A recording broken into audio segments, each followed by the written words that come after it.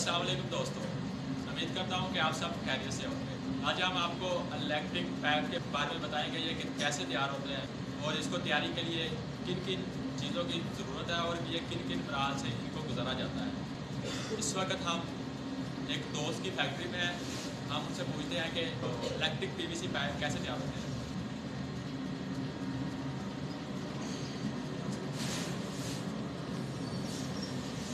अस्सलाम वालेकुम। वालेकुम अस्सलाम। सर कैसे हैं आप?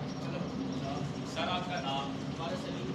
सर ये जो फैक्ट्री है ये किस एरिया में है? के भैया मैंने कोई शहर जिला लिया सी शहर ਦੇ ਵਿੱਚ ਸਿਟੀ ਵਾਰਡ सर इस फैक्ट्री में आप क्या करते हैं? भैया ने थे ना इलेक्ट्रिक पैन ਤਿਆਰ ਕਰੀ ਜੀ ਤੇ ਸਫੈਦ ਕਲਰ ਤੇ ਮਤਲਬ ਕਿ ਭਾਰਾ ਲੈਂਟਰ ਵਾਲਾ ਮਾਲ ਸੀ ਤਿਆਰ ਕਰਨਾ ਨੀਲਾ ਕਲਰ ਚਲਾ ਰਹੇ ਜਾਂ ਜਾਂ ਸਫੈਦ तो ये हमारा जो कैमरा मैन है ये पैप की तरफ दिखाएगा कि कौन सा पैप ये तैयार कर रहे हैं और किस किस्म का पैप तैयार कर रहे हैं।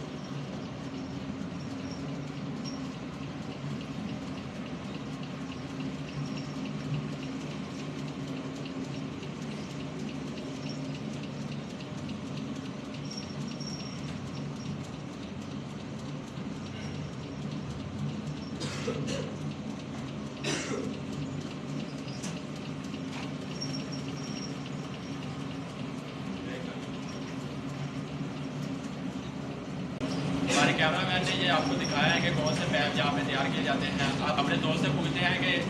ये जो पैप है किस तरह तैयार होते हैं, इनको किन किन मराहल से गुजरना पड़ता है तैयारी में। मुझे ये बताएं ये आपके पास जो रखा हुआ है ये क्या है? ये भैया ने ये कर रहे हैं काम माल मटीरियल वगैरह जो लेके आई है फैसला कर रहे हैं मतलब लोग माल है सफेद कलर का माल है तो नीला कलर है थोड़ा जा मतलब ग्रे आप आप देख लें ये माल है। ये जो हाई डेंसिटी पैप तैयार करने के लिए जो मटेरियल इस्तेमाल होता है दाना, इसे दाना बोलते हैं। इनसे पूछते हैं इस दाने का क्या करते हैं। भाई आप हमें बताएं कि इस दाने के बाद आप क्या करते हैं। इसमें दाना तो ये है या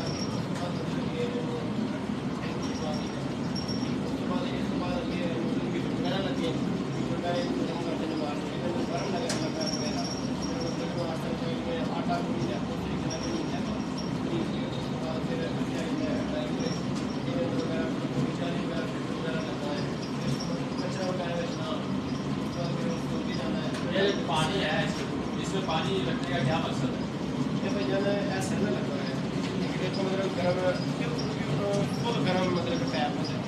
ये जो ये फुल गर्म पैप होता है तो मतलब पानी है सैल कितना सैल होता है ठीक है मतलब नाले के सैल क्या होगा उसके बाद फिर मतलब नाल ठंडा पानी डालना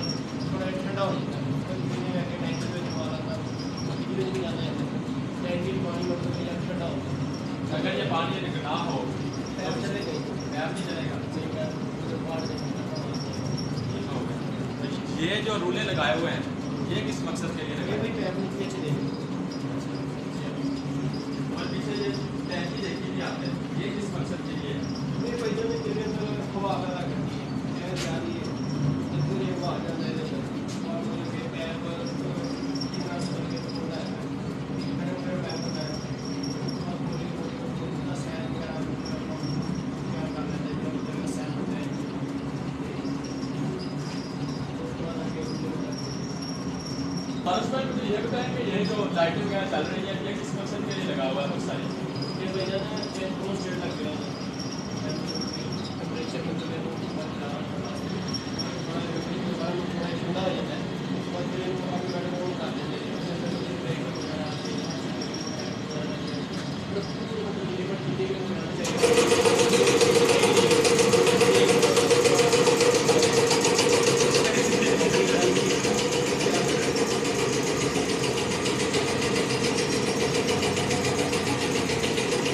पारस भाई हमें ये बताएंगे कि ये जो मीटर लगा हुआ है इस पर ये किस मकसद के लिए इस्तेमाल होता है? भैया ने जिन्ना माल निकल गया ना इन्हें मतलब कि दसना है कि कितना ਤੁਹਾਡਾ मतलब है कि माल निकल चुका है जो मतलब कि रिवाइंड हो गया ना जो माल इन्हें ये दसना है कि कितना आगे निकल गया।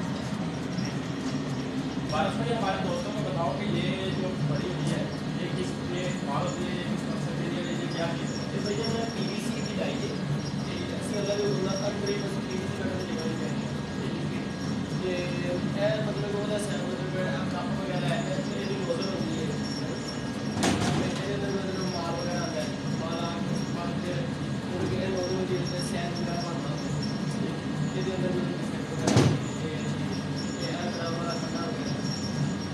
भारत भाई हमें ये बताएंगे, ये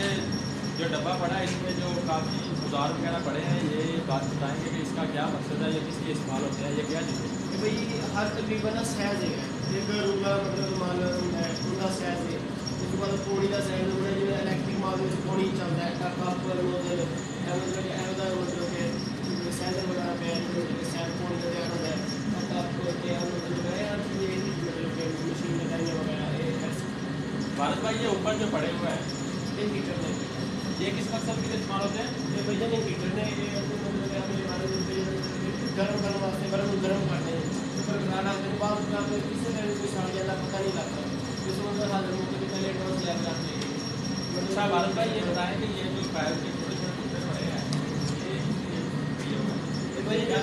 जो से माल काट रहे होंगे ना उसमें भैया ने सिर्फ सैज करी है मतलब पूरा वजन करी है मतलब कहीं ना कहीं बड़ा पैर निकल गया है उसके बाद मतलब कि चेक करी है मतलब कि ज़्यादा मतलब कि दो पार्टी ना निकले ज़्यादा मतलब वो ज़्यादा मतलब फिर बारह माल ना निकले वो ऐसा अपना भारत भाई हमें बताएं कि ये जो पड़ा है इलेक्ट्रिक इसमें आप क्या करते हैं? ये भाई ना ऐसी तकरीबन फोटो का टोटा काटते हैं काट के फिर चीज़ वजन करी है तो वजन में आप फिर पूरी लाइफ में वजन का पता लगता है ये मतलब ग्राम वाला ठंडा है जो कंप्यूटर ठंडा होता है उसी चीज़ में चीज़ें रख के फिर ग्राम वगैरह चेक करिए लाइफ ठीक नहीं हो रही है वजन ठीक नहीं आप हमारे दोस्तों को बताएंगे कि ये जो आपने सेटअप किया है इसमें कितना खर्चा है? ये कम से कम तकरीबन काफ़ी 3 साल हो गई थी मुझे आस्ता आस्ता मतलब काम करने की मेरी ऐसी शौक भी है कि उधर मतलब कि आस्ता आस्ता मतलब काम करते हैं लेते तक तकरीबन 3 साल हो गए काम स्टार्ट किए लेकिन मैं ऐसे साल मतलब मैं चालू भी था कि कम से कम 3 लाख रुपये तक कम करके वो मशीना ने कि एक नाम वाइंडर वगैरह क्रैशर वगैरह। ये जो आप इलेक्ट्रिक पाइप तैयार करते हैं ये मार्केट में आप किस हिसाब से चलते हैं? भाई जो स्टैंड चलता साढ़ा अच्छी का माल है ना तो तकरीबन भाई असं जो होलसेल डीलर है तो मतलब ज़्यादा माल चलता है उन्होंने से देगी तकरीबन भाई 60 रुपये 1.5 रुपये की लाइन उस तो बाद ये जो पैप है ये अच्छी का है? हाँ जी ये अच्छी है माल है उस बाद मतलब कि हूँ आधी रात ये निकलेगा इंची का उसके बाद कल मतलब फोन की ना डाई लग जाएगी फोन का माल निकलना आपके पास कोई सोने का सैंपल पड़ा है?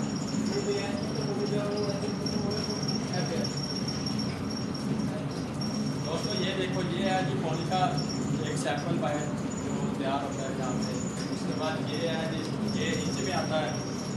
इसका रेट अलग होता है और इसका रेट जो है अलग है। उसके अलावा जो वाइट कलर का पाइप है उसका रेट ज़्यादा होता है, जो ब्लू कलर का पाइप है उसका रेट कम होता है। और इस पाइप से आप पूछते हैं इसमें क्या डिफरेंस है दोनों पाइप? ये भैया ने एक तो जो पूरी है पूरी तकरीबन 45 45 मतलब कि जो बिल्कुल मतलब कि दुकानदार है जिसका मतलब कि होलसेल डीलर होता है वो तो तकरीबन होता है कि जी एनजी की इस कैपिटल ਦੇ ਵਿੱਚ ਇਹ ਤਕਰੀਬन ਅਸੀਂ ਦੇ ਰਹੇ ਹਾਂ 60 रुपये की है मतलब बिल्कुल ही मतलब ज़्यादा मतलब कि माल चलते हैं ज़्यादा मतलब कुछ थोड़ी थोड़ा माल लगा मतलब 2 घंटे 3 घंटे माल डेढ़ घंटा होता है ਇਹਦੇ ਵਿੱਚ अगर नीले ਦੇ ਵਿੱਚ ਆ ਜਾਓ नीला तकरीबन 50 रुपये दे रहे हैं आम दुकानदार को जे अगर मतलब कि तकरीबन होलसेल डीलर के थ्रू आ जाए डीलर। अच्छा ये अगर कोई डीलर आपको ऑर्डर दे पैपों का आप कितने दिन में तैयार करके उसे दे सकते तो भाई तकरीबन ਅਸੀਂ चंगी कैटेगरी में तकरीबन 1000 रुपये दे सकते हैं 10 बंडल दे सकते हैं चंगी कैटेगरी हैं? दूसरी कैटेगरी निकाल के फिर कम से कम दिल्ली के साढ़े 3 बंडल बस भाई ये तो रेट हो गया दुकानदार के लिए, आपने रजिस्ट्रेशन दे दी। जो हमारे पास कस्टमर आएंगे मतलब क्या किसी की बॉडी तैयार हो रही है उसको 11-50 में आपको बाल चाहिए, उसको आप क्या रेट दें? ज़्यादा खराब हो जाए तो पहले पूरे नहीं है इसलिए दुकानदार को इकट्ठा मार अगर ऐसे नहीं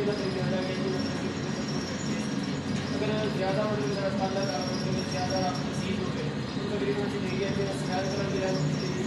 80 रुपये था ये नीले कलर की तकरीबन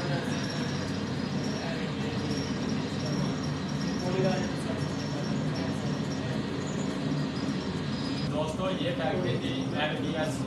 बदरपुर लैया में, इसलिए हमने आपको अभी दिखाया है कि हाई टेंसी इलेक्ट्रिक पैप कैसे तैयार होता है, उसकी हमने मुकम्मल डिटेल बताई है। अगर आपको हमारी वीडियो अच्छी लगे तो लाइक, शेयर और